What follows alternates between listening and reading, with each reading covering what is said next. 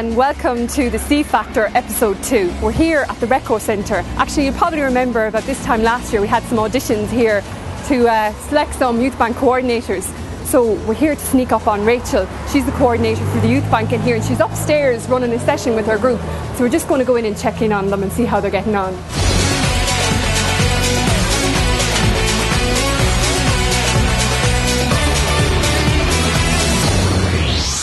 I remember that sofa when the auditions were taking place. We were really nervous sitting there. Just about to sneak in on her. Okay. Hi Rachel, it's the C Factor. Well, what are you up to? I know you're in shock, We're just checking in to see how you're getting on with your group, your grant makers here after your auditions this time last year. So maybe you want to come out with us and we have a few questions we want to ask you.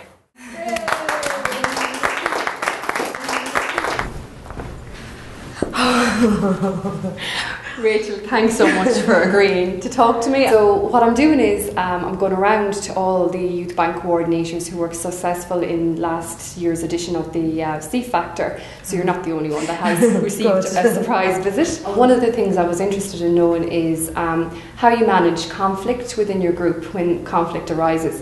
When we meet and greet the young people at the very start before they go into a round of grants, we kind of come up with a list of guidelines for the group, a group contract. And we ask them to put down what they feel is important. So it's confidentiality, it's the really importance of the they would feel. So one of the rules that they've come up with was that if you're involved in a group, or if your friend or your sister or brother happens to be involved in a group that's applying to us for money, we ask them to step outside the room so they're not taking part in the actual marking scheme of the applications. Okay, so it's just a fairer way of doing it. Yeah. And then it leaves them, doesn't leave them vulnerable in any way. So if the brother is involved in a football club that's looking for money, the brother can't say, well, you never gave it to me, that way. So it takes them out of that spotlight completely. Whenever I first became involved in YouthBank, there was no proper system for making decisions, and usually it's the person with the strongest voice and the most domineering that will then always get their way. They all would have went, okay, we'll go with you. But now we've introduced this scoring system. Like, we had a score where one person had like a 9, so they were saying it was really good, and somebody else had a 2, and so the person with the 2 stands up and says, well, I got, give them a 2 because they're rubbish or whatever, and then the person with the 9 gives them, and then they say how brilliant the thing was, and then we give them the opportunity then to re-vote, and I think that shows that sometimes there needs to be more than just a number, it needs to be a discussion. My name is Trini Gilrain, and I used to be a grant maker. But now, thanks to the C Factor, I'm a coordinator in Lanford YouthBank. Do you find it difficult to keep everybody motivated? If they're like bored and they're saying they're tired and that, I just say, right, jump up and do a quick icebreaker. That's a really good idea. We'll read the application out loud and everybody has heard the application, and then once we've decided that they've met the initial criteria, then we'll ask the entire committee, what information is missing. They have to ask questions around if a project is youth-led or where the idea has come from.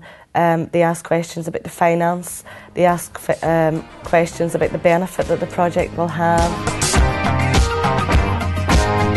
Some people shout out and other people do be quiet. It just depends on the personality yourself. But I would know, as coordinator, we're building relationships with them first, for them to speak out and participate.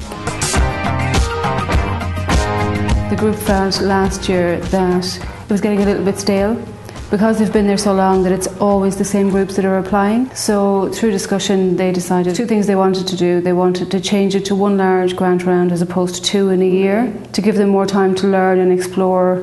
And then they've extended the boundary to include County Longford. It was really important to them that we didn't miss anybody. We've used posters and flyers to advertise what we're doing. They've also contacted radio stations and been interviewed. They've also contacted all of the local parish priests and asked them to make the announcement at the local church services. I suppose I personally, as a coordinator, would like everybody to be involved in everything. So if it's, for example, a press release, they'll just split up and they'll each do a press release. Right. And then we'll look at it as a group and go through them and go, well, that one's really good at that and that one's really good at that, and then try and put them together.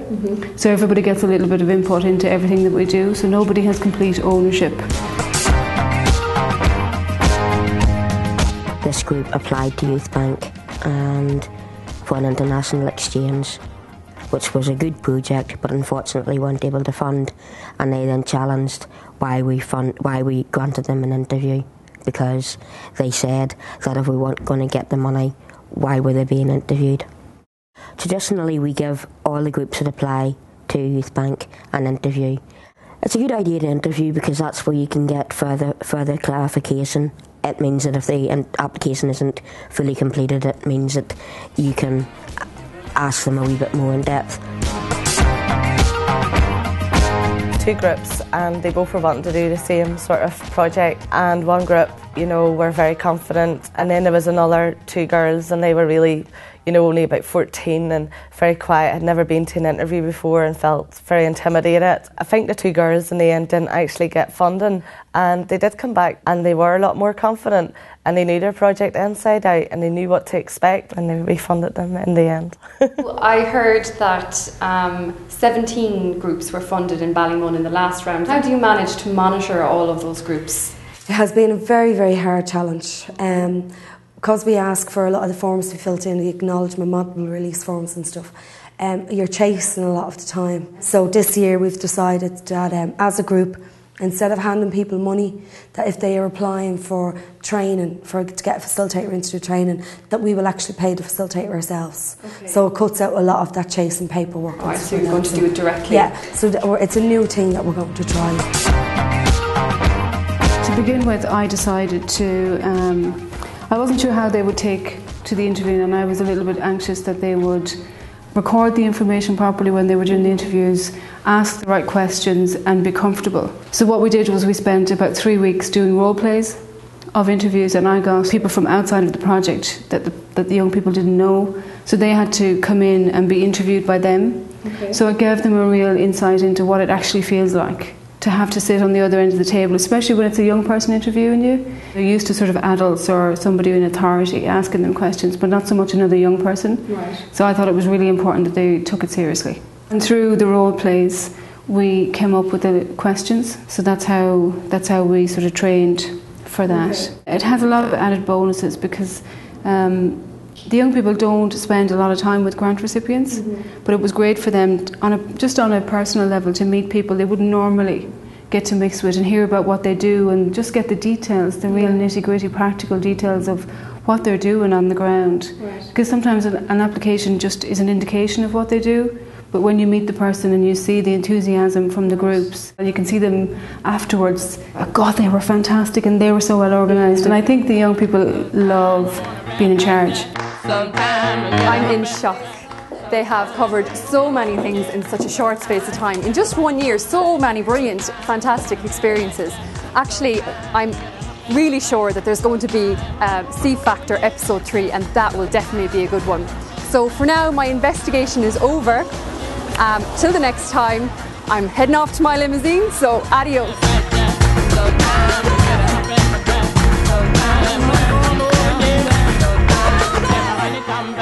Sometime I'm on a red back jack. Sometime I get a hop in my back. Sometime I'm going over here. Sometime never honey come back. Sometime I'm on a red back jack. Sometime I get a hop in my back. Sometime I'm going